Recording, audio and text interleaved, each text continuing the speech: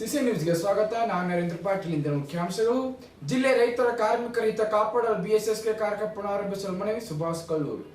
ವಾರದೊಳಗೆ ರೈತರ ಬೆಳೆ ಹಾನಿ ಪರಿಹಾರ ನೀಡದಿದ್ದರೆ ಜಿಲ್ಲಾಧಿಕಾರಿ ಕಚೇರಿ ಮುತ್ತಿಗೆ ಸಿಂಗ್ ಠಾಕೂರ್ ಹಾಗೂ ರಾಜಕೀಯದಲ್ಲಿ ಪ್ರಾತಿನಿಧ್ಯ ನೀಡಲು ಒತ್ತಾಯ. ಪ್ರಜ್ವಲ್ ಸ್ವಾಮಿ. ಜಿಲ್ಲೆಯ ರೈತರ ಜೀವನಾಡಿಯಾದ ಬೀದರ್ ಸಹಕಾರ ಸಕ್ಕರೆ ಕಾರ್ಖಾನೆ ಆದಷ್ಟು ಬೇಗ ಲೀಸ್ಗೆ ನೀಡಿ ರೈತರ ಹಾಗೂ ಕಾರ್ಖಾನೆ ಕಾರ್ಮಿಕರ ಹಿತ ಕಾಪಾಡುವಂತೆ ಜಿಲ್ಲೋತ್ಸವ ಸಚಿವರಿಗೆ ಹಾಗೂ ಸರ್ಕಾರಕ್ಕೆ ಕಾರ್ಖಾನೆ ಅಧ್ಯಕ್ಷ ಹಾಗೂ ಮಾಜಿ ಶಾಸಕ ಸುಭಾಷ್ ಕಲ್ಲೂರು ಮನವಿ ಮಾಡಿದರು.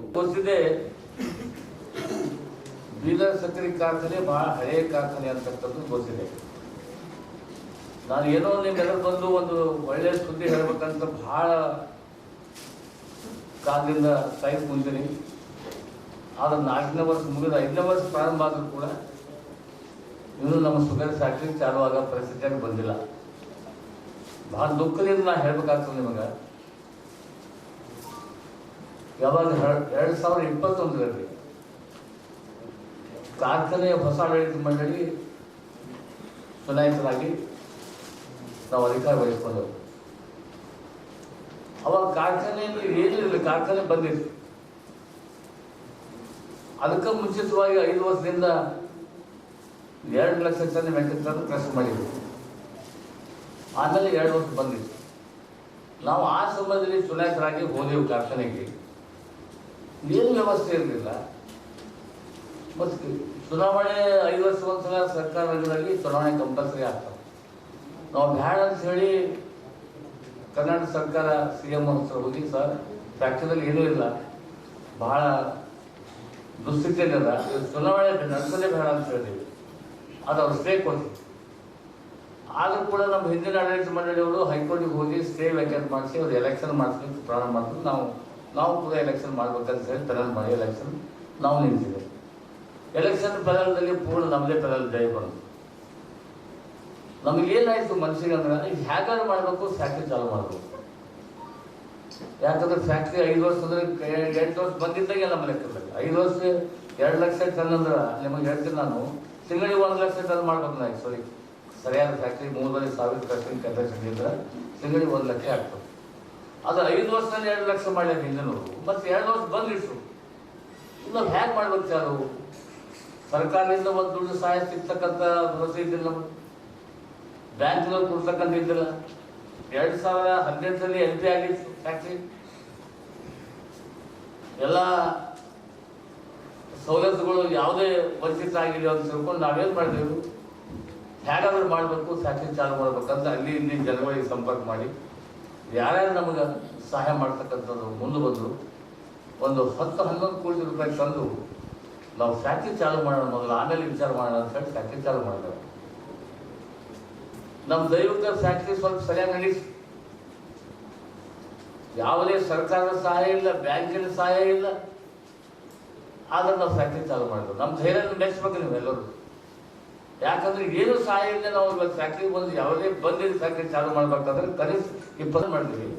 ಎಲ್ಲ ಪ್ಲ್ಯಾಂಟ್ ಸರಿ ಇದ್ದ ಪ್ಲ್ಯಾಂಟ್ ಇದೆ. ನಮ್ಮ ಲೇಬರ್ ಲೋಕಲ್ ಲೇಬರ್ ತೊಗೊಳಲ್ಲ, ಹೇಗಾದ್ರು ಮಾಡೋದು ಸಾಕು 11 ಕೋಟಿ ಅಂತೇಳಿ 11 ಕೋಟಿ ರೂಪಾಯಿ ಅಲ್ಲಿ ವ್ಯವಸ್ಥೆ ಮಾಡ್ಕೊಂಡು ನಾವು ಸ್ವಲ್ಪ ಹಾಕಿ ಮಾಡಿ ಶುರು ಮಾಡಿದ್ವಿ. ವ್ಯವಸ್ಥಿತ ರೀತಿಯಲ್ಲಿ ನಡೆದಿದ್ದೆವು, ಫ್ಯಾಕ್ಟ್ರಿ ಭಾಳ ಚಲೋ ನಡೆದಿದ್ದೆವು. ಆದರೆ ಬರ್ಸ ಸ್ವಲ್ಪ ಪ್ಲ್ಯಾಂಟ್ ಹಳೆದಿದ್ದರಿಂದ ಕೆಲವೊಂದು ದುರಸ್ತಿ ಕೆಲವೊಂದು ಬದಲಾವಣೆ ಮಾಡೋದ್ರಿಂದ ನಮ್ಮ ಕೈಲಿ ಆಗಲಿಲ್ಲ. ಫ್ಯಾಕ್ಟ್ರಿ ಬಂದ್ಬಿಟ್ಟು ನಮ್ದೇನು ಕೃಷಿ ಮಾಡಬೇಕು ಅಂತ ತಿಳ್ಕೊಂಡು ನಾವು ಎಂದು ಕನಸು ಕಂಡಿದ್ದೆವು, ಅದು ಕನಸು ಆಗಲಿಲ್ಲ.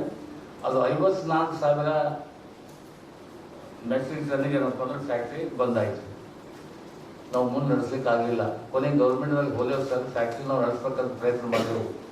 ಅದು ಆಗಲಿಲ್ಲ. 54,000 ಮೆಟ್ರಿಕ್ ಟನ್ ನಡೆದಿದ್ದೆವು. ನಮಗೆ ಧನ ಸಹಾಯ ಮಾಡ್ಬೇಕಂದಾಗ ಯಡಿಯೂರಪ್ಪನವ್ರು ಹಿಡಿದು ಬೊಮ್ಮಾಯಿಯವ್ರು ಬಂದಿರ ಆ ಸಮಯದಲ್ಲಿ. ಅವಾಗ ಹೇಳಿದ್ರು, ನಮಗೆ ಏನು ಒಂದು ದುಡ್ಡು ಕೊಡಬೇಡಿ ಸರ್, ತಾವು ಲೀಸ್ ಕೊಡ್ಬೇಕು ಫ್ಯಾಕ್ಟ್ರಿ ಅಂತ ತಿಳ್ಕೊಂಡು ನಾವು ಹೇಳಿದೆವು.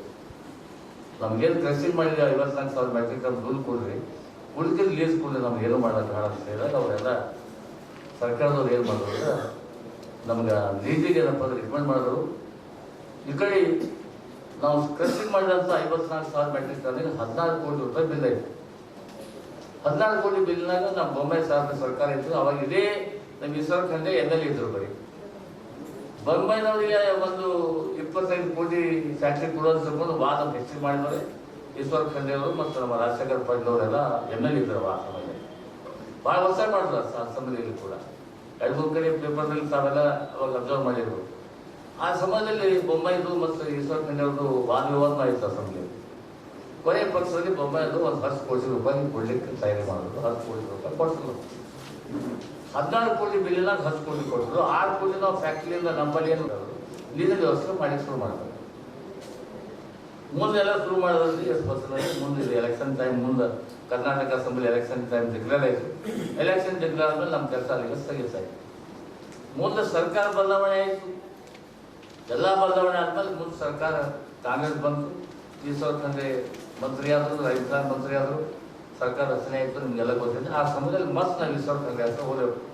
ಸರ್ ನಿಮಗೆಲ್ಲ ಗೊತ್ತಿದೆ ಇದೆಲ್ಲ ಫ್ಯಾಕ್ಟ್ರಿ ಕಟ್ಟಿ ತಾವೇ ಹಿಂದಕ್ಕೆ 15 ವರ್ಷ ನಿಮ್ಮ ತಂದೆಯವ್ರು ಏನಪ್ಪ ಅಂದ್ರೆ 15 ವರ್ಷ, ನೀವು 10 ವರ್ಷ ಕೆಲಸ ಮಾಡಿದವರು ಇದ್ದೀರಿ. ಫ್ಯಾಕ್ಟ್ರಿ ಬಗ್ಗೆ ಮಾತಿಗೆ ಹೇಳ್ತೀರಿ, ಭಾವನಾತ್ಮಕ ಸಂಬಂಧ ಅಂತ ಹೇಳ್ತೀರಿ ನೀವು. ಮತ್ತು ಹೋದ್ಮೇಲೆ ಅವರೆಲ್ಲ ಯಾಕೆ ಇಲ್ಲ 100% ನೀವು ಫ್ಯಾಕ್ಟ್ರಿ ಕೆಲಸ ಮಾಡ್ತೀವಿ, ಬೀದಿನ ವ್ಯವಸ್ಥೆ ಮಾಡಿದ್ರೆ ಫ್ಯಾಕ್ಟ್ರಿ ನಡೆಸೋರಿ ಹಂಗಾರು ಮಾಡಿ. ಭಾಳ ಹಳೆ ಫ್ಯಾಕ್ಟ್ರಿ ಅದ. ಫ್ಯಾಕ್ಟ್ರಿ ಉಪಕಾರ ಭಾಳ ಇದೆ ನಮ್ಗೆ ಎಲ್ಲ ಹೇಳಿದ್ರು. ಅವ್ರು ಹೇಳಿದ ಪ್ರಕಾರ ನಾವು ಎಲ್ಲ ಹ್ಯಾಂಗೆ ಹೇಳ್ತಾರೆ ಹಾಗೆ ಹೋದೆವು. ಸ್ಮೂತ್ ಆಗಿ, ಪಾಸಿಟಿವ್ ಆಗಿ ಏನು ಅವ್ರು ಹೇಳ್ತಾರೆ ಹಾಗೆ ಕೇಳ್ಕೊತ ಹೋದೆವು. ಕೊನೆಗೆ ಮತ್ತಿದ್ದು ರಾಜಕೀಯ ಬರಬಾರ್ದು ಅಂತ ಹೇಳಿ ನಮ್ಗೆ ಗೊತ್ತಿದ್ದು ದಿವಂಗತ ಗುರುಪಾಲಪ್ಪ ನಾವು ಪಡೆದಿರ್ತಾರೆ. ನಮ್ಗೆ ಹೇಳ್ತಾರೆ, ನೋಡಪ್ಪ ದೇವ್ರ ಗುಡಿಗೆ ಹೋಗ್ಬೇಕಂದ್ರೆ ನಮ್ಮ ಚಪ್ಪಲಿ ನಮ್ಮ ಪಾದರಕ್ಷೆ ಮುಚ್ಚಿ ಹೋಗ್ತೇವೆ ನಮಸ್ಕಾರ ಮಾಡಕ್ಕೆ. ಹಾಗಿದ್ದು ಸಹಕಾರ ಸಂಘ ಅಂದ್ರೆ ಹ್ಯಾಂಗಲ್ಲ ಅಂದ್ರೆ ರಾಜಕೀಯ ದರ್ಬಾರ್ದಿದ್ರು. ಕಾಂಗ್ರೆಸ್ಸು, BJP, ಆ ಪಾರ್ಟಿ ಈ ಪಾರ್ಟಿ ಏನೋ ಅನ್ಬಾರ್ದು. ನೀವೆಲ್ಲ ಪಾರ್ಟಿ ಬಿಟ್ಟು ಈಗ ಬರಬೇಕು. ಅದು ನಮ್ಗೆ ನೆನಪಿತ್ತು. ಈಶ್ವರ ಖಂಡ್ರೆ ಹೇಳಿದೆ, sir no BJP, no Congress, ಸಹಕಾರ ತತ್ವದ ಆಧಾರದ ಮೇಲೆ ನಾವು ಕೆಲಸ ಮಾಡೋಣ ಸರ್. ನಮಗೆ ನೀವು ಹೆಲ್ಪ್ ಮಾಡಬೇಕು. ನೀವು ಪಾರ್ಟಿ ಅದು ಇದು ಅನ್ಬಾರ್ದು. ನಾವು ಬೇರೆ ನೀವು ಬೇರೆ ಮಾಡಿ ಅವ್ರಂದ್ರೆ ಯಾಕಾದ ಸರ್ ಒಪ್ಕೊಂಡು.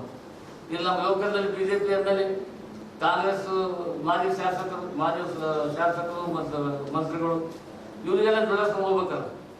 ರಾಜಶೇಖರ್ ಪಾಟೀಲ್ ಸಿದ್ದು ಪಾಟೀಲ್ ಚಂದ್ರಶೇಖರ್ ಪಾಟೀಲ್ ಭೀಮರಾವ್ ಪಾಟೀಲ್ ಅದು ಒಂದು ಕೆಲಸನೇ ಇದೆ ನಮ್ಗೆ ಬೆಳೆಸ್ಕೊಂಡು ಹೋಗೋದು, ಮಾಡೋದು, ಪ್ರೀತಿ ಪ್ರೇಮ ಮಾಡ್ಕೊಂಡು ಎಲ್ಲರೂ ಒಂಥರ ಸ್ಪೋರ್ಟಿವ್ ಆಗಿ ಹೋಗಿ ಈಶ್ವರ ಖಂಡ್ರೆ ಹೆಸರು ಹೋದ್ರು. ಈಶ್ವರ ಖಂಡ್ರೆ ಬಹಳ ಪಾಸಿಟಿವ್ ಆಗಿ ಒಪ್ಕೊಂಡು ಸರ್ ಹ್ಯಾಗಾರು ಮಾಡ್ತೀವಿ, ಫ್ಯಾಕ್ಟ್ರಿ ಚಾಲು ಮಾಡ್ಕೊಂಡು ಒಪ್ಕೊಂಡು.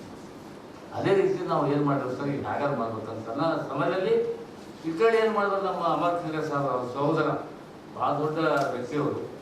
ಅವರು ಭಾಳ ದೊಡ್ಡ ಜ್ಞಾನಿಗವರು. ಅವರು ಅಷ್ಟು ಸಣ್ಣ ಮನುಷ್ಯ ನಾನೇ ಎಲ್ಲಿ ನೋಡಿಲ್ಲ, ನಮ್ಮ ಜಿಲ್ಲೆದಾಗ ಇಲ್ಲ, ಮತ್ತು ಬೇರೆ ಅಷ್ಟು ಪಂಡಿತರು ಅವ್ರು ಏನು ಮಾಡಿದ್ರು. ಒಂದು ಕೂಡ ಈಗ ನಮ್ಮ ಫ್ಯಾಕ್ಟ್ರಿ ಸರ್ಫೇಸ್ ಸೆಕ್ಟರ್ದಾಗ ಫ್ಯಾಕ್ಟ್ರಿ ಮೊದಲೇ ಹೋಗಿತ್ತು ನಮ್ಗೆ. ಸರ್ಫೇಸ್ ಸೆಕ್ಟರ್ ನಮಗೆಲ್ಲ ಗೊತ್ತು. ಅಂದರೆ ಒಂದು ಜಿಲ್ಲಾಧಿಕಾರಿ ಬಂದು ಪೊಸಿಷನ್ ಕೊಡ್ಬೇಕು ಅವ್ರಿಗೆ ಅಷ್ಟೇ. ಅವ್ರಿಗೆ ಹೋಗ್ತಕ್ಕೆ ನೋಡಿ 2000 ಸರ್ಫೇಸ್ ಸೆಕ್ಟರ್ನಾಗ ನಮ್ಮದು ಕಬ್ಜಾ ಏನು ಮಾಡ್ಕೊಂಡ್ರು ಅಂತಂದ್ರೆ ನಮ್ಮ ಭೂಮಿ 2/8/2024 ಕಬ್ಜಾ ತಗೊಂಡ್ರು. ಮುಂದೆ 4 ತಿಂಗಳಾಗ ಫ್ಯಾಕ್ಟ್ರಿ 16-12 ಹರಾಜಿತ್ತು. ಕಬ್ಜಾ ಬಿ ತೊಗೊಂಡು 4 ತಿಂಗಳು ಹರಾಜು ಮಾಡಿದ್ರು. ನಮ್ಗೆ ಗೊತ್ತೇ ಇಲ್ಲ, ನಮ್ಗೇನು ಗೊತ್ತಿಲ್ಲ. ಸರ್ಫೇಸ್ ಸೆಕ್ಟರ್ ಹಿಂಗಲ್ಲ. ಮತ್ತು ಯಾವಾಗ ಮಾಡ್ಕೊತಿಲ್ಲ ನ್ಯಾಯದವ್ರಿಗೆ, ನಮ್ಗಿಂತ ಪೂರ್ವದಲ್ಲಿ ಯಾರೋ ಮಾಡ್ಕೊಟ್ಟಿಲ್ಲ. ಆದರೆ ಇವರು ಬಂದು ಕಬ್ಜಾ ತೊಗೊಂಡ್ಕೇಸಿ 184 ಕೋಟಿ ಹರಾಜು ಮಾಡಿದ್ರು ಫ್ಯಾಕ್ಟ್ರಿ. 173 ಎಕರೆ ಜಮೀನು ತೊಗೊಂಡು. ನಿಮ್ಗೆ ಗೊತ್ತಿರಲಿ, ಇಷ್ಟೊಂದು ಹರಾಜು ಮಾಡ್ಸಕ್ಕಂಥದ್ದು, ಕಬ್ಜಾ ಮಾಡ್ಕೊಂಬೋದು, ಫ್ಯಾಕ್ಟ್ರಿ ಇದು ಮಾಡ್ಸಕ್ಕಂಥದ್ದು ಕೂಡ ನಮ್ಗೆ ಏನೂ ಗೊತ್ತಿಲ್ಲದೆ ಮಾಡಿದ್ರು. ನಮ್ಮ ಹೆಸರು ನಾವು ಎಲೆಕ್ಟೆಡ್ ಬಾಡಿ ಇಲ್ಲ, ನಮ್ಮ ಹೆಸರು ಏನೋ ಬೇರೆ ಹಾದಿನೇ ಇಲ್ಲ. ನಮ್ಗೆ ಕೇಳೋ ಸಹಿಸೋದಿಲ್ಲ, ಮಾನ ಮರ್ಯಾದೆ ಇಲ್ಲ, ಏನು ಅಂತ ಬರೀ ನೀವು ಹೋಗಿ ಅಂತೂ ಇಲ್ಲ. ಫ್ಯಾಕ್ಟ್ರಿ ಪೂರ ಏನಪ್ಪ ಅಂತ ಲಾಕ್ ಹಾಕಿಬಿಟ್ರು. ಪೂರ ಪ್ಲ್ಯಾಂಟು, ಮಷಿನರಿ, ಬಿಲ್ಡಿಂಗ್ ಎಲ್ಲ ಏನಪ್ಪ ಅಂತಂದ್ರೆ ವರ್ಷ ತೆಗೆದುಕೊಂಡು ಅದು ನಿಮ್ಮ ಗಣ್ಯರೇ ಅದೇ ರೀತಿ. ನಾನು ನಿಮಗೆ ನಾನು ಕೊಡ್ತೀನಿ, ಆ ನೋಟ್ಸಲ್ಲಿ ಪ್ರತಿಯೊಂದು ಡೀಟೇಲ್ 140 ಎಕರೆ ಕಬ್ಜಾ ಮಾಡ್ಯಾರ. ನಮ್ಮ ಟೋಟಲ್ 173 ಎಕರೆ ಜಮೀನಲ್ಲಿ 141 ಎಕರೆ ಅವ್ರಿಗೆ ಮಾಡಿಕೊಟ್ಟಿದ್ದಾರೆ. ಅದ್ರ ಜೊತೆ ಪ್ಲ್ಯಾಂಟು, ಬಿಲ್ಡಿಂಗು, ಮಷಿನರಿ ಕೂಡ ಕೊಟ್ಟಿದ್ದಾರೆ ಮತ್ತು ಲ್ಯಾಂಡ್. ಇಷ್ಟೆಲ್ಲ ಹೋಗಿ ಮುಂದೆ ಹರಾಜು ಹಾಕ್ಯಾರ. 184 ಕೋಟಿ ಹರಾಜು ಮಾಡೋದು. ಹರಾಜು ಮಾಡ್ಲಿಕ್ಕೆ ಬರೋದು ಎಲ್ಲರೂ ರೈತರು ವಿರೋಧ ಮಾಡಿದ್ರು, ಕಾರ್ಯಕರ್ತರು ವಿರೋಧ ಮಾಡಿದ್ರು, ನಾವು ವಿರೋಧ ಮಾಡಿದೆವು. ನಾವು ಎಲ್ಲೆಲ್ಲಿ ಕೋರ್ಟಿಗೆ ಹೋಗ್ಬೇಕು ಎಲ್ಲ ಕಡೆ ಹೋದರೂ ಕೂಡ ಕೋರ್ಟ್ನಲ್ಲಿ ಕೂಡ ಅದು ಬೇರೆ ಬೇರೆ ಆಗಲಿಲ್ಲ. ಕೊನೆಗೆ ಹರಾಜು ಮಾಡಿದ್ರು ಅಂತ ಸ್ವಲ್ಪ ನಾವು ಅಣ್ಣನ ಬಳಿ ಈಶ್ವರ ಖಂಡ್ರೆ ಬಳಿ ಹೋದೆವು. ಸರ್ ಈಗ ಹರಾಜು ಮಾಡ್ಯಾರ ತಮ್ಮೂರು, ನಿಮ್ಮ ಸಹೋದರ ಫ್ಯಾಕ್ಟ್ರಿನಿಂದ ಬಂದಿರೋಂಥ ಮಾತಿಗೆ ಹೇಳ್ತೀರಿ, ನಿಮ್ಮ ಸಹೋದರ ಹರಾಜು ಮಾಡ್ಬೋದು, ಏನು ಸರ್ ಇದು ಫ್ಯಾಕ್ಟ್ರಿ ಏನು ಕಸಿ ಅಂದರೆ ಇಲ್ಲ ಅದು ಹೆಂಗೆ ಮಾಡಕ್ಕೆ ಬರ್ತದೆ, ಹಿಂಗೆ ಮಾಡೋದು ಸರ್. ಅವರು ಬೆಳಗಾವಿ ಅಧಿವೇಶನದಾಗ ಏನಾದರೂ ಒಂದು ಮೀಟಿಂಗ್ ಇತ್ತು. ಆ ಬೆಳಗಾವಿ ನೇಷನ್ ಮೀಟಿಂಗ್ ಅಂತಂದ್ರೆ ಬಹುಶಃ 18/12/2024 ಒಂದು ಮೀಟಿಂಗ್ ಆ ಸಭೆಗೆ ಹೋದೆವು. ಆ ಸಭೆಗೆ ಸಕ್ರಿಯ ಮಂತ್ರಿಗಳು, ನಮ್ಮ ಜಿಲ್ಲಾ ಮಂತ್ರಿಗಳು, ರಾಜಣ್ಣ ಸಾಹೇಬರು ಬಹುತೇಕ ಆ ಮೀಟಿಂಗ್ ಬರಲಿಲ್ಲ. ಆ ಸಮಯದಲ್ಲಿ ಅವರಿಗೆ ಇದ್ರೂ ಕೂಡ ಬರಲಿಲ್ಲ, ಏನೋ ಆಯಿತು. ಎಲ್ಲ ಅಧಿಕಾರಿಗಳು ಬಂದರು. ಮೀಟಿಂಗ್ ತಗೊಂಡು ನಮ್ಮ ಸಕ್ರಿಯ ಮಂತ್ರಿ ತಗೊಂಡು ಊರವರಿಗೆ ಅವರಿಗೆ ಹ್ಯಾಂಗೆ ಈ ಸರ್ಕಾರ ರಂಗದಲ್ಲಿ ಒಬ್ಬ ಸರ್ಕಾರದ ಆಸ್ತಿ ಏನಲ್ಲ, ಫ್ಯಾಕ್ಟ್ರಿ ಆಸ್ತಿ ಮಾರಾಟಕ್ಕೆ ಬರ್ತದ, ಯಾರಿಗೆ ಮಾರಾಟಬಾರ್ದು ಅಂತ ಎಲ್ಲ ಅಧಿಕಾರಿಗಳಿಗೆ ಹ್ಯಾಂಗೆ ಮಾತಾಡಿ ಅಮರ್ ಖಂಡೇನೂ ಕೂಡ ಅವ್ರಿಗೆ ಕೇಳಿದ್ರೆ, ಅಲ್ಲಪ್ಪ ನೀವು ಬೇರೆ ಫ್ಯಾಕ್ಟ್ರಿಗೆ ಬೇರೆ ಸಂಸ್ಥೆಗಳೇನು ದುಡ್ಡು ಕೊಡ್ತಾರೆ ಈ ಫ್ಯಾಕ್ಟ್ರಿಗೆ, ಅದಕ್ಕೆ ನೀವು ನೋಡಿ ತೊಗೊಂಡಿರೇನು? ನೋಡಿಲ್ಲ. ಮತ್ತು 184 ಕೋಟಿಗೆ ವ್ಯವಹಾರ ಮಾಡಿದ್ರೆ ಟ್ಯಾಬ್ಲೆಟ್ ಡಿಸಿಷನ್ ಆಗ್ಬಾರ್ದು ನಿಮಗೆ. ಮತ್ತು ನಿಮ್ಗೆ ಯಾವ ಹೇಳಿದ್ರೆ ನಿಮ್ಗೆ ಇದು ಮಾರಾಟ ತಿಳ್ಕೊಂಡು ಯಾಕೆ ಮಾಡ್ತಾರೆ ನೀವು? ಯಾಕೆ ಮಾಡ್ತಾರೆ ಸರ್? ಏನು ಬೇಕಾದ್ರೂ ಮಾಡಬೇಕು. ಒಳ್ಳೆ ಸರಿ ಸಹ ಹಾಕಿದ್ರೆ ನಮ್ಮದೇನು MD ಈಗ ಸದ್ಯ ಈಗ ನಮ್ಮ MD ನಮ್ಮ ಜಿಲ್ಲೆಯಲ್ಲಿ ಸುರಿದ ಧಾರಾಕಾರ ಮಳೆಯಿಂದ ಬೀದರ್ ಉತ್ತರ ವಿಧಾನಸಭಾ ಕ್ಷೇತ್ರದ ಗ್ರಾಮದಲ್ಲಿ ರೈತರು ಬೆಳೆದಿರುವ ಬೆಳೆ ಸಾವಿರಾರು ಎಕರೆ ಬೆಳೆ ಹಾನಿಯಾಗಿದೆ ಎಂದು ಬಿಜೆಪಿ ಬೀದರ್ ಉತ್ತರ ಕ್ಷೇತ್ರದ ಮುಖಂಡ ಯಶಸ್ವಿ ಠಾಕೂರ್ ತಿಳಿಸಿದರು. ಗುರುವಳ್ಳಿಯ ಪತ್ರಿಕಾ ಭವನ ನಡೆಸಿದ ಸುದ್ದಿಗೋಷ್ಠಿಯಲ್ಲಿ ಮಾತನಾಡಿ, ಕ್ಷೇತ್ರದ ಅನೇಕ ಹಳ್ಳಿಗಳಲ್ಲಿ ರಸ್ತೆ ಸಂಪರ್ಕ ಸಂಪೂರ್ಣ ಕಡಿತಗೊಂಡು ರೈತರ ತಮ್ಮ ಹೊಲಗದ್ದೆಗಳಿಗೂ ಸಹ ಹೋಗಲು ಬಾರದಂತಾಗಿದೆ. ಮಾಂಜ ನದಿ ದಂಡೆಯಲ್ಲಿರುವ ಹಳ್ಳಿಗಳ ರೈತರ ಹೊಲಗಳಿಗೆ ನುಗ್ಗಿ ಬೆಳೆದು ನಿಂತಿರುವ ಬೆಳೆ ಸಂಪೂರ್ಣವಾಗಿ ನೀರು ಪಾಲಾಗಿ ರೈತರ ತೀವ್ರ ಕಷ್ಟವನ್ನು ಅನುಭವಿಸುತ್ತಿದ್ದಾರೆ ಎಂದರು. ಜಾಂಪಾಡ್, ಹಿಪ್ಪಳಗಾಂವ್, ಚಿಮ್ಕೋಡ್, ಚಿಲ್ಲರ್ಗಿ ಸೇರಿದಂತೆ ಅನೇಕ ಗ್ರಾಮಗಳಲ್ಲಿ ಇನ್ನೇನು ಕೆಲವು ದಿವಸ ರಾಶಿ ಮಾಡುತ್ತಿವೆ ಎನ್ನುವ ನಿರೀಕ್ಷೆಯಲ್ಲಿದ್ದ ರೈತರ ಬೆಳೆ ನಾಶವಾಗಿ ಇವತ್ತು ಅವರ ಜೀವನ ನಡೆಸುವುದು ಸಹ ಕಷ್ಟವಾಗಿರುತ್ತದೆ ಎಂದರು. ಪ್ರವಾಹದಿಂದ ಬೆಳೆ ಹಾನಿಯಾದ ರೈತರ ಪ್ರತಿ ಹೆಕ್ಟರ್ಗೆ 50,000 ರೂಪಾಯಿ ಸರ್ಕಾರ ಕೂಡ ನೀಡಬೇಕು ಎಂದು ಒತ್ತಾಯಿಸಿದರು. ಪ್ರವಾಹ ಪೀಡಿತ ಪ್ರದೇಶಗಳಿಗೆ ಭೇಟಿ ಮಾಡಿ ಹಾನಿಯಾದ ಬೆಳೆ ವರದಿಯನ್ನು ಬಿಜೆಪಿ ರಾಜ್ಯಾಧ್ಯಕ್ಷ ಬಿ.ವೈ. ವಿಜೇಂದ್ರ, ಪ್ರತಿಪಕ್ಷದ ನಾಯಕ ಆರ್. ಅಶೋಕ್, ವಿಧಾನ ಪರಿಷತ್ ಪ್ರತಿಪಕ್ಷದ ನಾಯಕ ಚಲವೀರಸ್ವಾಮಿ ಅವರಿಗೆ ವರದಿ ಸಲ್ಲಿಸಲಾಗುತ್ತದೆ ಎಂದರು. ಮಳೆಯಿಂದ ಬೆಳೆ ಹಾನಿಯಾದ ಕುರಿತು ಇಲಾಖೆಯಿಂದ ಜಂಟಿ ಸರ್ವೆಯಲ್ಲಿ ಯಾವುದೇ ರೈತರಿಗೆ ಹಾನಿಯಾಗದಂತೆ ಬೆಳೆ ಹಾನಿ ಸಮೀಕ್ಷೆ ನಡೆಸಬೇಕೆಂದು ತಿಳಿಸಿದರು. ಈ ಕುರಿತು ಜಿಲ್ಲಾ ಸಚಿವರು ಹಾಗೂ ಕ್ಷೇತ್ರ ಶಾಸಕ ಸರ್ಕಾರ ಗಮನಕ್ಕೆ ತಂದು ಆದಷ್ಟು ಬೇಗ ರೈತರ ಬೆಳೆ ಹಾನಿ ಪರಿಹಾರ ಒದಗಿಸಿಕೊಡಬೇಕೆಂದು ಒತ್ತಾಯಿಸಿದರು. ಅವರು ವಾರದವೇ ಪರಿಹಾರ ನೀಡದಿದ್ದರೆ ಜಿಲ್ಲಾಧಿಕಾರಿ ಕಚೇರಿ ಮುತ್ತಿಗೆ ಹಾಕಲಾಗುವುದು ಎಂದು ಸರ್ಕಾರಕ್ಕೆ ಎಚ್ಚರಿಕೆ ನೀಡಿದರು. 100 ತನಕ ಭೂಮಿ ಇದೆ. ಅದರಲ್ಲಿ ಸುಮಾರು ಒಂದು 500 ಎಕರೆ ಭೂಮಿ ನೀರಿನ ಪಾಲಾಗಿದೆ ಅಂತ ರೈತರು ಹೇಳ್ತಾರೆ. ರೈತರ ಪರವಾಗಿ ನಾವೇನು ಹೇಳಿಕೆಗಳನ್ನು ತಗೊಂಡಿದ್ದೇವೆ. ಮತ್ತು ಹೊಲಗಳಿಗೆ ಹೋಗುವಂತ ಒಂದು ದಾರಿ ಇದೆ. ಇವತ್ತಿಗೂ ಆ ದಾರಿ ಬಂದಿದೆ. ಹೊಲಗಳಿಗೆ 100 ಎಕರೆ ಭೂಮಿ ಜಾಂಪಾಳದಿಂದ ತೆಲಂಗಾಣ ಕಡೆ ಹೋಗುವಂತ ಒಂದು ದಾರಿ ಇದೆ. ಆ ಕಂಪ್ಲೀಟ್ ಆಗಿ ನೀರು ತುಂಬೋಗಿ ರೈತರು ಆ ಕಡೆ ಹೋಗ್ಲಿಕ್ಕೆ ಆಗೋದಿಲ್ಲ. ಆ ರೀತಿಯ ಒಂದು ಸಮಸ್ಯೆ ನಾವು ಕಣ್ಣಾರೆ ಕಂಡಿದ್ದೀವಿ, ರೈತರ ಜೋಡಿ ಮಾತಾಡಿದ್ವಿ. ಅದೇ ರೀತಿ ಚಿಮ್ಕೋಡ್ನಲ್ಲಿ ಸುಮಾರು 1500 ಎಕರೆ ಭೂಮಿ ಇದೆ. ಚಿಮ್ಕೋಡ್ದಿಂದ ಅಲ್ಲಾಪುರ್ ಮತ್ತೆ ಚಿಮ್ಕೋಡ್ದಿಂದ ನೆಮ್ದಾಬಾದ್ ಅಲ್ಲಿ ಹೋಗ್ಲಿಕ್ಕೆ ದಾರಿ ಇದೆ. ಚಿಮ್ಕೋಡ್ದಿಂದ ಅಲ್ಲಾಪುರ್ ಹೋಗುವಂತಹ ಏನು ಅಲ್ಲಿ ಯಾವುದೇ ಪಕ್ಕಾ ಬ್ರಿಡ್ಜ್ ಮಾಡಿರಲಿಲ್ಲ, ಸಣ್ಣ ಬ್ರಿಡ್ಜ್ ಇತ್ತು. ಸಂಪೂರ್ಣವಾಗಿ ಕೊಚ್ಚಿ ಹೋಗಿದೆ.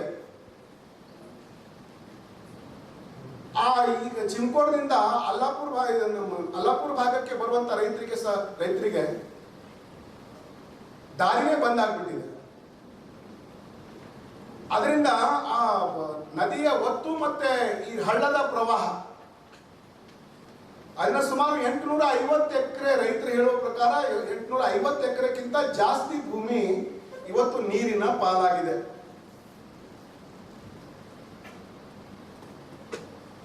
ಚಿಲ್ಲರ್ಗಿ ಗ್ರಾಮಕ್ಕೆ ಹೋಗಿದ್ದೀವಿ. ಚಿಲ್ಲರ್ಗಿಯಲ್ಲಿ ಕೂಡ ಹಳ್ಳ, ನದಿಯ ಒತ್ತು ಬರ್ತದೆ ಮತ್ತು ದೊಡ್ಡ ಹಳ್ಳ ಬರ್ತದೆ ಮತ್ತು ನದಿ ದಡಕ್ಕಿರುವಂತಹ ಎಲ್ಲ ಭೂಮಿ ಸುಮಾರು 2,000ಕ್ಕಿಂತ ಹೆಚ್ಚಿಗೆ ಭೂಮಿ ಇವತ್ತು ನೀರಿನ ಪಾಲಾಗಿ ರೈತರು ಪರದಾಡುವಂತ ಸನ್ನಿವೇಶ ನಿರ್ಮಾಣ ಆಗಿದೆ. ನಾವು ನಿನ್ನೆ ಚಾಮೋಡ್ ಹೋಗಿದ್ವಿ, ಹಿಪ್ಪಳಗಾಂವ್ ಹೋಗಿದ್ವಿ. ಹಿಪ್ಪಳಗಾಂವ್ ಹೋಗಿ ನದಿ ದಂಡೆಯನ್ನ ನೋಡಿದೀವಿ ನಾವು. ಅಲ್ಲಿರುವುದೇ 1,140 ಎಕರೆ ಭೂಮಿ. ಆ ನದಿ ಏನು ಬಂದಿತ್ತು, ನದಿಯ ಪ್ರವಾಹ ಏನು ಬಂದಿತ್ತು, ಅದರ ಪರಿಣಾಮವಾಗಿ ಸುಮಾರು 600ಕ್ಕಿಂತ ಹೆಚ್ಚಿಗೆ ಎಕರೆ ಭೂಮಿ ಇವತ್ತು ನೀರು ಪಾಲಾಗಿ ಕೆಸರಾಗಿದೆ. ರೈತರೆಲ್ಲ ತೆಗೆದು ನೋಡಿದ್ರೆ ತುಂಬಾ ನೋವು ಆಗ್ತಾ ಇತ್ತು. ಆನಂತರ ಚಾಮೋಳ ಬಂದಿದ್ವಿ. ಚಾಮೋಳ್ನಲ್ಲಿಯೂ ಕೂಡ ನದಿ ದಡಕ್ಕೆ ಇರುವಂತ ಸುಮಾರು 750 ಎಕರೆಗಿಂತ ಜಾಸ್ತಿ ಭೂಮಿ ಇವತ್ತು ನೀರಿನ ಪಾಲಾಗಿ ರೈತರು ಬೆಳೆದಂತ ಚಾಮೋಳಿಗೆ ಹೋಗಿದಾಗ ನಾವು ನೋಡಿದ್ವಿ, ರೈತರು ಕೆಸರು ಒಳಗೆ ತನ್ನ ಭೂಮಿಯನ್ನ ಅಲ್ಲಿದ್ದಂತ ಏನು ಹಾಳಾಗಿದೆ ಆ ಕ್ರಾಪ್ ಅನ್ನ ತೆಗಿತಾ ಇದ್ರು.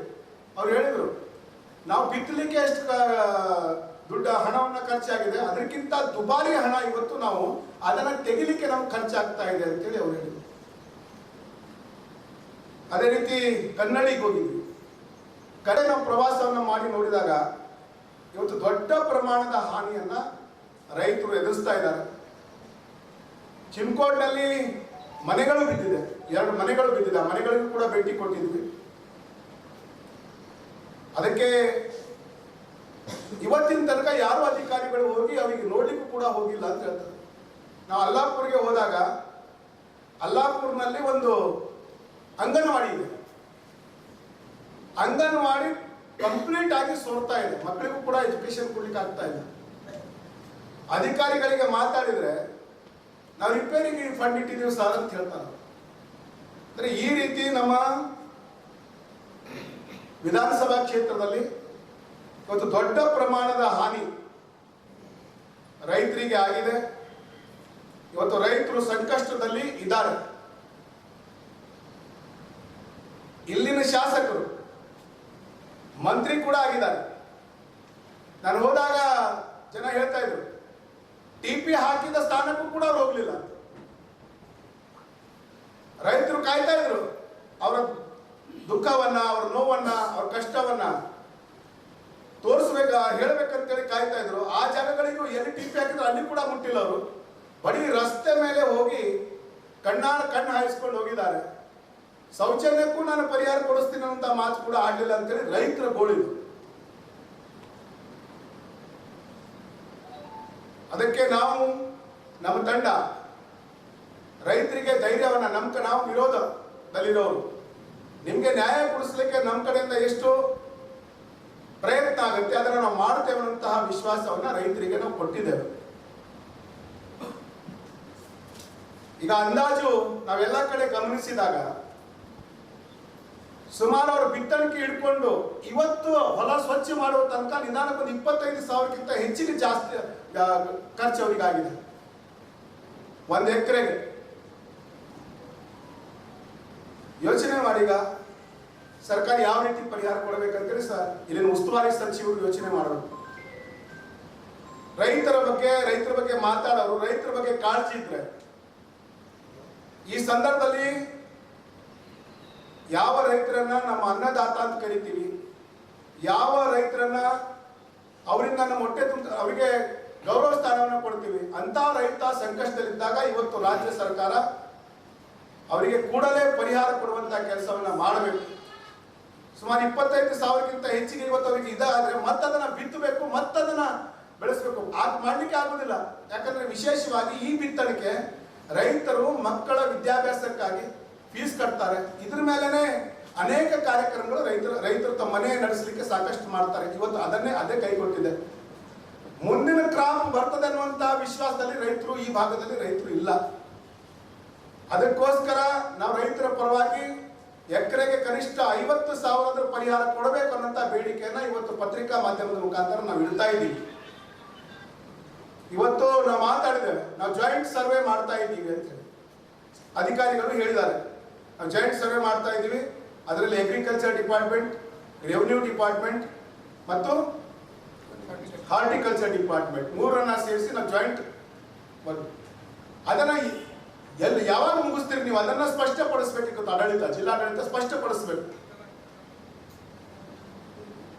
ಮತ್ತು ರೈತರದ್ದು ಎಷ್ಟು ನಷ್ಟ ಆಗಿದೆ 1 ಇಂಚ್ ಜಮೀನು ಬಿಡದೇನೆ ಎಲ್ಲಾ ಜಮೀನಿನ ಸರ್ವೆ ಅದರ ರಿಪೋರ್ಟ್ ನಲ್ಲಿ ಬರಬೇಕು. ಎಲ್ಲರಿಗೂ ಕೂಡ ಎಲ್ಲ ರೈತರದ್ದು ಏನೇನು ಹಾನಿ ಆಗಿದೆ ಅದು ಕಂಪ್ಲೀಟ್ ಆಗಿ ಅವರಿಗೆ ಪರಿಹಾರ ಸಿಗುವ ನಿಟ್ಟಿನಲ್ಲಿ ಆಡಳಿತ ಕ್ರಮ ತಗೊಳ್ಬೇಕು. ನಾನು ಉಸ್ತುವಾರಿ ಮಂತ್ರಿಗಳಾಗ್ಲಿ ಅಥವಾ ಇಲ್ಲಿನ ಶಾಸಕ ಮಂತ್ರಿ ಅವ್ರ ಜವಾಬ್ದಾರಿ ಅದು. ಬಹುಶಃ ನಮ್ಮ ಜವಾಬ್ದಾರಿಯನ್ನ ಮಾಡ್ತಾ ಇದ್ದೇವೆ. ಪ್ರಾಮಾಣಿಕವಾಗಿ ರೈತರ ಬಾಗಿಲಿಗೆ ಹೋಗಿ ಎಲ್ಲೆಲ್ಲಿ ಏನೇನು ಹಾನಿ ಆಗಿದೆ ಅದನ್ನ ನಾವು ಗಮನಿಸಿ ಅದನ್ನ ಪತ್ರಿಕಾ ಮಾಧ್ಯಮ ಮುಖಾಂತರ ಮತ್ತು ವರದಿಯನ್ನ ಮಾಡಿ ನಮ್ಮ ವಿರೋಧ ಪಕ್ಷದ ನಾಯಕರಾದಂಥ ಮಾನ್ಯ ಆರ್ ಅಶೋಕ್ ಅವರಿಗೆ, ಚಲುವರಾಯ ನಾರಾಯಣ ಸ್ವಾಮಿ ವಿಧಾನ ಪರಿಷತ್ತಿನ ವಿರೋಧ ಪಕ್ಷದ ನಾಯಕರು ಅವರಿಗೆ, ನಮ್ಮ ರಾಜ್ಯದ ಅಧ್ಯಕ್ಷರಾದಂಥ ಸನ್ಮಾನ್ಯ BY ವಿಜೇಂದ್ರ ಜಿ ಅವರಿಗೆ ನಾವು ವರದಿಯನ್ನ ಕೊಡ್ತಾ ಇದ್ದೇವೆ. 8 ದಿನದ ಗಡುವನ್ನ ಕೊಡ್ತಾ ಇದ್ದೇವೆ.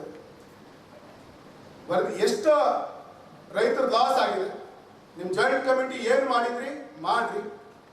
ಎಷ್ಟು ಲಾಸ್ ಆಗಿದೆ, ಒಬ್ಬರಿಗೂ ಕೂಡ ಒಂದು ಗುಂಟೆನೂ ಕೂಡ ಕಡಿಮೆ ಆಗಬಾರ್ದು. ಎಷ್ಟು ಲಾಸ್ ಆಗಿದೆ ಅದನ್ನ ಪ್ರಾಮಾಣಿಕವಾಗಿ ತಾವು ಮಾಡಬೇಕು ಮತ್ತು ಪರಿಹಾರವನ್ನ 50,000 ಎಕರೆಗೆ ಪರಿಹಾರ ಕೊಡಬೇಕು ಅನ್ನುವಂಥ ಬೇಡಿಕೆಯನ್ನು ಇಡ್ತಾ ಇದ್ದೇವೆ.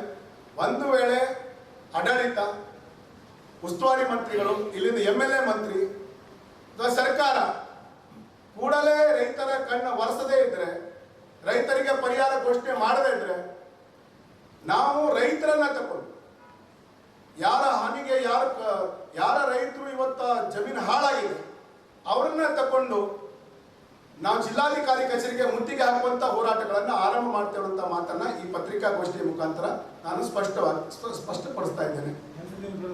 ಕ್ರೈಸ್ತ ಸಮುದಾಯಕ್ಕೆ ರಾಜಕೀಯದಲ್ಲಿ ಪ್ರಾತಿನಿಧ್ಯ ನೀಡಲು ಅಖಿಲ ಭಾರತ ಕ್ರೈಸ್ತ ಮಹಾಸಭಾ ಸಂಸ್ಥಾಪಕ ಅಧ್ಯಕ್ಷ ಪ್ರಜ್ವಲ್ ಸ್ವಾಮಿ ಒತ್ತಾಯಿಸಿದರು.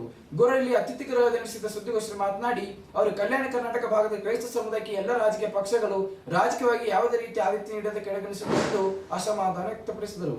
ರಾಜ್ಯದ 13 ಜಿಲ್ಲೆಗಳಲ್ಲಿ ಅತಿ ಹೆಚ್ಚಿನ ಸಂಖ್ಯೆಯಲ್ಲಿ ಕ್ರೈಸ್ತ ಮತದಾರರು ಇದ್ದರೂ ಸಹ ರಾಜಕೀಯವಾಗಿ ಸ್ಥಾನಮಾನ ನೀಡದೆ ನಿರ್ಲಕ್ಷಿಸಲಾಗಿದೆ ಎಂದು ಆರೋಪಿಸಿದರು. ಕೇವಲ 5,000 ಮತದಾರರು ಇರುವ ಸಮುದಾಯಕ್ಕೆ ರಾಜಕೀಯ ಸ್ಥಾನ ನೀಡಲಾಗಿದೆ, ಆದರೆ ಅದಕ್ಕಿಂತ ಹೆಚ್ಚಿನ ಸಂಖ್ಯೆ ಹೊಂದಿರುವ ಕ್ರೈಸ್ತ ಸಮುದಾಯಕ್ಕೆ ಸ್ಥಾನ ನೀಡಲು ಎಂದರು. ಮುಂಬರುವ ದಿನಗಳಲ್ಲಿ MLA ಟಿಕೆಟ್ ನೀಡಬೇಕು, ಕ್ರೈಸ್ತ ಚರ್ಚ್ಗಳ ಹೆಚ್ಚಿನ ಅನುದಾನ ನೀಡಬೇಕು, ಸುಮಾರು 10 ಸಮುದಾಯ ಭವನ ನಿರ್ಮಿಸಿಕೊಡಬೇಕು ಎಂದು ಆಗ್ರಹಿಸಿದರು. ಈಗಾಗಲೇ ಬೇರೆ ಬೇರೆ ಸಮುದಾಯದವರಿಗೆ ಭವನ ನಿರ್ಮಿಸಿಕೊಡಲಾಗಿದೆ.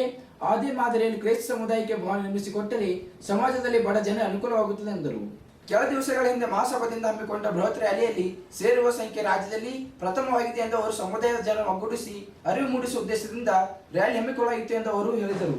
ಸುದ್ದಿಗೋಷ್ಠಿಯಲ್ಲಿ ಅಖಿಲ ಭಾರತ ಕ್ರೈಸ್ತ ಮಹಾಸಭಾ ಜಿಲ್ಲಾಧ್ಯಕ್ಷ ಇಸಾಕ್ ಕೆಂಪನೂರ್ ಇದ್ದವರು. ಒಗ್ಗೂಡಿಸಿ ಒಂದು ಕಾರ್ಯಕ್ರಮ ಆಗಿರೋದು ಇದು ಬಹುಶಃ ನಮ್ಮ ಕರ್ನಾಟಕ ಅಲ್ಲ, ಭಾರತ ದೇಶದಲ್ಲಿ ಇದು ಪ್ರಥಮ ಅಂತ ನಾನು ಹೇಳಲಿಕ್ಕೆ ನಾನು ಬಯಸ್ತೇನೆ. ಇದ್ರ ಜೊತೆಗೆ ಬಹಳಷ್ಟು ವಿಷಯಗಳವತ್ತು ನಾವು ಚರ್ಚೆ ಮಾಡಿದ್ವಿ. ಐವನ್ ಡಿಸೂಜ ಸಾಹೇಬರು ಏನು ಸರ್ಕಾರದಲ್ಲಿ ಯಾವ್ಯಾವ ರೀತಿ ಒಳಗಡೆ ನಮಗೆ ಅವಕಾಶಗಳಿದೆ ಅದನ್ನು ಬಹಳ ವಿಶೇಷವಾಗಿ ಅವರು ಮಾತಾಡಿದ್ರು. ಮನೆ ನಿರ್ದೇಶಕರು ಪ್ರಶಾಂತ್ ಜತನ್ ಅವರು ಮಾತಾಡಿದ್ರು. ಆಮೇಲೆ ಅದ್ರ ಜೊತೆಗೆ ನಮ್ಮದೊಂದು ಕೆಲವೊಂದು ಬೇಡಿಕೆಗಳು ಈ ಒಂದು ಕಲ್ಯಾಣ ಕರ್ನಾಟಕ ಭಾಗದಲ್ಲಿದೆ. ನೋಡಿ, ಇಡೀ ನಮ್ಮ ಕರ್ನಾಟಕ ರಾಜ್ಯದಲ್ಲಿ ಎಲ್ಲ ಡಿಸ್ಟಿಕ್ಕು ಅಲ್ಲಿ ಕೆಲವು ಡಿಸ್ಟಿಕ್, ಒಂದು 2 ರಿಂದ 3 ಡಿಸ್ಟಿಕ್ಗಳು ಕ್ರೈಸ್ತ ಯಥೇಚ್ಛವಾಗಿರ್ತಕ್ಕಂಥ ಡಿಸ್ಟಿಕ್ಗಳು. ಅದರಲ್ಲಿ ಒಂದು ಬೀದರ್, ಇನ್ನೊಂದು ಮಂಗಳೂರು, ಗುಲ್ಬರ್ಗ, ಯಾದಗಿರಿ, ರಾಯಚೂರು ಈ ಒಂದು ಪ್ರಾಂತ್ಯದಲ್ಲಿ ಇದೆ. ಅಲ್ಲಿ ಮಂಗಳೂರು ಭಾಗದಲ್ಲಿ, ದಕ್ಷಿಣ ಕನ್ನಡ ಭಾಗದಲ್ಲಿ ಅಲ್ಲಿ ಟಿಕೆಟ್ನ ಕೊಟ್ಟಿದ್ರು. ಯಾರಿಗೆ? ನಮ್ಮ ಲೋಬೋ ಸಾಹೇಬರಿಗೆ ಕೊಟ್ಟಿದ್ರು.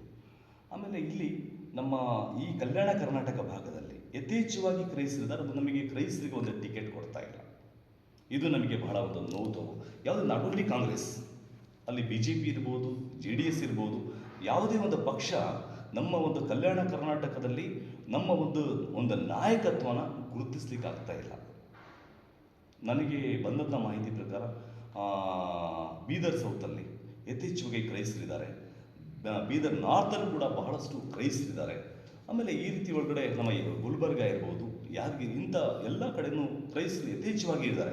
ಒಂದು ಶಾಸಕರು ಆಗುವಂಥ ನೋಡಿ, ಕೆಲವೊಂದು ಕಡೆ ನಾವು ನೋಡ್ತೇವೆ, ಆ ಒಂದು 5,000 ವೋಟ್ ಇದ್ದರೆ ಆ ಒಬ್ಬ ವ್ಯಕ್ತಿ ಪ್ರಭಾವಿ ಅಂದರೆ ಅವರಿಗೆ ಟಿಕೆಟ್ ಕೊಡ್ತಾರೆ. ನಮ್ಮಲ್ಲಿ ಅವರು 35,000 40,000 ಒಂದು ಕ್ಷೇತ್ರದಲ್ಲಿ ವೋಟ್ ಇದೆಯಂದ್ರೂ 35-40,000 ಅಷ್ಟು ಈಸಿ ಅಲ್ಲ, ಅಷ್ಟು ಕಡಿಮೆ ಅಲ್ಲ. ಅದು ಅಲ್ಲಿ ಸ್ವಲ್ಪ ಪ್ರಯತ್ನ ಪಟ್ಬಿಟ್ರೆ ಅಲ್ಲಿ ಗೆಲ್ಲುವಂಥ ಒಂದು ಎಲ್ಲ ರೀತಿ ಒಳಗಡೆ ಅವಕಾಶಗಳಿದೆ. ಬಟ್ ಇಲ್ಲಿ ನಮಗೆ ಈ ಪಕ್ಷಗಳು ನಮಗೆ ಬಹಳ ನಮಗೆ ಸ್ಪಂದನೆ ಕೊಡ್ತಾ ಇಲ್ಲ. ನಮ್ಮ ಸಮುದಾಯನ ಎಲ್ಲೋ ಒಂದು ಕಡೆ ಕಡೆಗಾಣಿಸ್ತಾ ಇದ್ದಾರೆ ಅಂತ ಹೇಳಿ ನಾನು ಹೇಳಲಿಕ್ಕೆ ಬಯಸ್ತೇನೆ. ಅದರಿಂದ ಹೆಚ್ಚಾಗಿ ನಮ್ಮ ಏನು ಈ ಬೀದರ್ ಕಲ್ಯಾಣ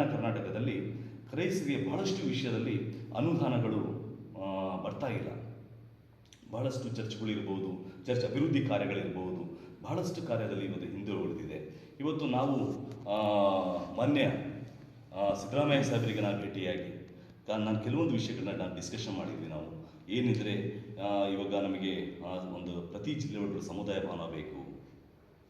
ಈಗ ನಮಗೆ ಅಂಬೇಡ್ಕರ್ ಭವನ ಇದೆ, ವಾಲ್ಮೀಕಿ ಭವನಗಳಿದೆ. ಈ ರೀತಿ ಒಳಗಡೆ ಭವನಗಳನ್ನ ನಾವು ಅಲ್ಲಿ ಕೊಟ್ಟಿದ್ದೇವೆ.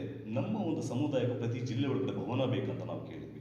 ಅದರಲ್ಲೂ ಇಲ್ಲಿ ಈ ಬೀದರ್ ಈ ಒಂದು ಭಾಗದಲ್ಲಿ ಸಮುದಾಯ ಭವನ ನಮಗೆ ಕಟ್ಕೊಡ್ಬೇಕು. ಯಾಕೆಂದರೆ ಒಂದು ಬಡವರು ಮದುವೆ ಮಾಡಬೇಕು. ಆಮೇಲೆ ಅವರುಗಳಿಗೆ ಎಲ್ಲಿಂದ ಅವಾಗ ಸೋರ್ಸ್ ಎಲ್ಲಿಂದ ಬರುತ್ತೆ? ಒಂದು ಕಲ್ಯಾಣ ಮಂಟಪಕ್ಕಂತ ಹೋದರೆ ಮಿನಿಮಮ್ ಒಂದು 1,50,000 20,000 ರೂಪಾಯಿ ಅವರಿಗೆ ಹಣನ ಕೊಡಬೇಕು. ಬಟ್ ಅವರು ಹೊಂದಿಸ್ಲಿಕ್ಕಾಗಲ್ಲ. ಹಾಗಾಗಿ ನಮಗೆ ಇಲ್ಲಿ ಕಲ್ಯಾಣ ಕರ್ನಾಟಕ ಭಾಗದಲ್ಲಿ ನಮಗೆ ಸಮುದಾಯ ಭವನ ಬೇಕು. ಇಲ್ಲಿ ಒಂದು ಎಲ್ಲ ಬಡವರುಗಳು ಅವರ ಕಾರ್ಯಕ್ರಮಗಳನ್ನ ಮಾಡಿಕೊಡ್ತಾರೆ. ಹಾಗಾಗಿ ಇವತ್ತು ಈ ಒಂದು ಉದ್ದೇಶಕ್ಕೋಸ್ಕರ ಇಲ್ಲಿ ಬೀದರ್ ಮಾತ್ರ ಅಲ್ಲ, ಕರ್ನಾಟಕ ಪ್ರತಿ ಎಲ್ಲ ಜಿಲ್ಲೆ ಒಳಗಡೆನೂ ನಾವು ಒಂದು ಯೌವನಸ್ಥರನ್ನು ನಾವು ಬಲಪಡಿಸುವಂಥ ಕಾರ್ಯ, ನಮ್ಮ ಸಮುದಾಯದ ಒಂದು ಒಗ್ಗಟ್ಟನ್ನು ತೋರಿಸುವಂಥ ಕಾರ್ಯ, ಸರ್ಕಾರದ ಗಮನ ಸೆಳೆಯುವಂಥ ಕಾರ್ಯನ ನಾವು ಮಾಡ್ತಾ ಇದ್ದೇವೆ. ಹಾಗಾಗಿ ಇವತ್ತು ಭಾಳ ಒಳ್ಳೆಯ ಒಂದು ಕಾರ್ಯಕ್ರಮ ಆಗಿದೆ. ವಿಶೇಷವಾಗಿ ಕಲ್ಯಾಣ ಕರ್ನಾಟಕ ಭಾಗದಲ್ಲಿ ನಮ್ಮ ಈಸಾಕ್ ಅವರು ಅಧ್ಯಕ್ಷರಾಗಿದ್ದಾರೆ, ಯುವ ಘಟಕದ ಅಧ್ಯಕ್ಷರು. ಅವ್ರ ಮೂಲಕನೇ ಇವತ್ತು ಭಾಳ ದೊಡ್ಡ ಕಾರ್ಯಕ್ರಮ ಆಗಿದ್ದು. ಆಮೇಲೆ ಅವ್ರ ಮೂಲಕನೇ ಭಾಳ ಒಂದು ದೊಡ್ಡ ಕಾರ್ಯಕ್ರಮಗಳು ನೆಕ್ಸ್ಟ್ ನಡೀಲಿಕ್ಕಿದೆ. ಇಂಥ ಒಂದು ನಾಯಕರುಗಳನ್ನ, ಇಂಥ ಯೂತ್ಗಳನ್ನ ಏನು ಮಾಡಬೇಕು, ಜನಪ್ರತಿನಿಧಿಗಳಾದಂಥವರು ಅವ್ರನ್ನ ಸಪೋರ್ಟ್ ಮಾಡಬೇಕು, ಅವಕಾಶಗಳನ್ನ ಕೊಡಬೇಕು. ಇವತ್ತು ಬಹಳ ನೋವಾಗುತ್ತೆ. ನಮಗೆ ಇಷ್ಟು ಸಮುದಾಯ, ಇಷ್ಟು ಜನಸಂಖ್ಯೆ ಇದ್ರೂ ಒಂದೇ ಒಂದು ಶಾಸಕರು ಇಲ್ಲಿ ಇಲ್ಲ, ಒಬ್ಬರಿಗೂ ಒಂದು ಟಿಕೆಟ್ ಕೊಟ್ಟಿಲ್ಲ. ಬಹಳ ನೋವಾಗುತ್ತೆ ನಮಗೆ. ಹಾಗಾಗಿ ಮುಂದಿನ ದಿನಮಾನಗಳಲ್ಲಿ ಯಾವುದೇ ಪಕ್ಷಗಳು ನಮ್ಮ ಸಮುದಾಯಕ್ಕೆ ಪ್ರಾತಿನಿಧ್ಯ ಕೊಡಬೇಕು ಅಂತ ಹೇಳಿ ನನ್ನ ಮನವಿ ಇದೆ. ಮಾನ್ಯ ಮುಖ್ಯಮಂತ್ರಿಗಳು ಇದನ್ನು ಗಮನಿಸಬೇಕು. ಆಮೇಲೆ ಬಹಳಷ್ಟು ಅಭಿವೃದ್ಧಿ ಕಾರ್ಯ ಈ ದೇಶದಲ್ಲಿ ಸ್ವಾತಂತ್ರ್ಯ ಬಂದ ಮೇಲೆ ರೈತರು ಕೊಟ್ಟಂಥ ಕೊಡುಗೆ ಎಲ್ಲರಿಗೂ ಗೊತ್ತು. ಒಂದು ಚಿಕ್ಕ ಮಗು ಕೇಳಿದ್ರು ಹೇಳ್ತಾರೆ, ಈ ದೇಶದಲ್ಲಿ ಕೊಟ್ಟಂಥ ಕೊಡುಗೆ ಶೈಕ್ಷಣಿಕ, ಆರೋಗ್ಯ, ಸಮಾಜ ಸೇವೆ ಒಳಗಡೆ ರೈತರು ಕೊಟ್ಟಂಥ ಕೊಡುಗೆ ಇವತ್ತು ಬಹಳ ಅಪಾರವಾಗಿದೆ. ಅಂಥ ಒಂದು ಕ್ರೈಸ್ತರನ್ನು, ಶಾಂತಿ ಪ್ರಿಯರನ್ನುವಂಥ ಒಂದು ಇವ್ರು ಏನೂ ಮಾಡಲ್ಲ ಅಂತ ಹೇಳಿ ಇವತ್ತು ಈ ರೀತಿ ಒಳಗಡೆ ದೌರ್ಜನ್ಯ ನಡೀತಾ ಇದೆ. ನಾಟ್ ಓನ್ಲಿ ಕರ್ನಾಟಕ, ಇಡೀ ದೇಶದಲ್ಲಿ. ಮಣಿಪುರದಲ್ಲಿ ನೋಡಿ, ನಾನು ಈ ಸಂದರ್ಭದಲ್ಲಿ ನಾನು ಹೇಳಿ ಬಯಸ್ತೇನೆ, 382 ಜನರನ್ನ ಹತ್ಯೆ ಮಾಡಿಬಿಟ್ರು. ಯಾರು ಪಾಕಿಸ್ತಾನದವರವರು? ಈ ದೇಶದ ನಿವಾಸಿಗಳಲ್ವಾ? ಸುಮಾರು 237 ಹಳ್ಳಿಗಳಿಂದ ಸುಟ್ಟಾಕ್ಬಿಟ್ರು. ಯಾರವರು? ಅವ್ರು ಭಾರತ ದೇಶದವರಲ್ವೇ? ಸುಮಾರು 62 ಜನ ಹೆಣ್ಣು ಮಕ್ಕಳ ಮೇಲೆ ಅತ್ಯಾಚಾರ ಆಯಿತು. ನೋಡಿ, ಸಹೋದರಿ ಸೌಜನ್ಯರು ಅವ್ರ ಮೇಲೆ ಅತ್ಯಾಚಾರ ಮಾಡಿ ಅವ್ರನ್ನ ಮರ್ಡರ್ ಮಾಡಿದ್ದಾರೆ. ಅದ್ರ ಬಗ್ಗೆ ನನಗೆ ತುಂಬ ನೋವಿದೆ. ಆದರೆ 62 ಜನ ಹೆಣ್ಣು ಮಕ್ಕಳ ಮೇಲೆ ಅತ್ಯಾಚಾರ ಆಯ್ತಲ್ಲ, ಎಷ್ಟು ಮರ್ಡರ್ ಆಯ್ತಲ್ಲ, ಯಾಕೆ ಮಾನ್ಯ ಪ್ರಧಾನಿಯವರು ಅಲ್ಲಿ ಒಂದೇ ಒಂದು ಸಲ ಹೋಗಿ ವಿಸಿಟ್ ಮಾಡಿದ್ರ? ಗೃಹ ಸಚಿವರು ಹೋಗಿ ವಿಸಿಟ್ ಮಾಡಿದ್ರ? ಅಲ್ಲಿ 2 ಬೆತ್ತಲೆ ಮೆರವಣಿಗೆ ಮಾಡಿದ್ರು. ವಿಶ್ವಸಂಸ್ಥೆ ಚೀಮಾರಿ ಆಗ್ತಿ ಇವರಿಗೆ. ಅದರಲ್ಲಿ ಒಬ್ಬ ದೇಶದ ಸೇವೆ ಮಾಡ್ತಾ ಇರ್ತಕ್ಕಂಥ ಒಬ್ಬ ಸೇನೆ ಹೆಂಡತಿ, ಅವ್ರ ಹೆಂಡತಿನ ಬೆತ್ತಲೆ ಮೆರವಣಿಗೆ ಮಾಡ್ತಾರೆ, ಅತ್ಯಾಚಾರ ಮಾಡ್ತಾರೆ. ನಾವು ಹಾಗಾದ್ರೆ ನಾವು ಎಲ್ಲಿದ್ದೀವಿ? ನಾವು ಇವತ್ತು ಮಣಿಪುರ ಆಯಿತು. ಮಣಿಪುರಕ್ಕೆ ನಾನು ಹೋಗಿ ಭೇಟಿ ಕೊಟ್ಟಿದ್ದೇನೆ. ಅಲ್ಲಿ ಹೋಗಿದ್ದಿಬ್ರೇ ನಾವು. ಒಂದು ರಾಹುಲ್ ಗಾಂಧಿ ಹೋಗಿದ್ದಾರೆ, ಇನ್ನೊಂದು ಪ್ರಜ್ವಲ್ ಸ್ವಾಮಿ, ನಾನು ಹೋಗಿರೋದು. ಸುಮಾರು 8 ದಿವಸ ಇದ್ದೆ ನಾನು.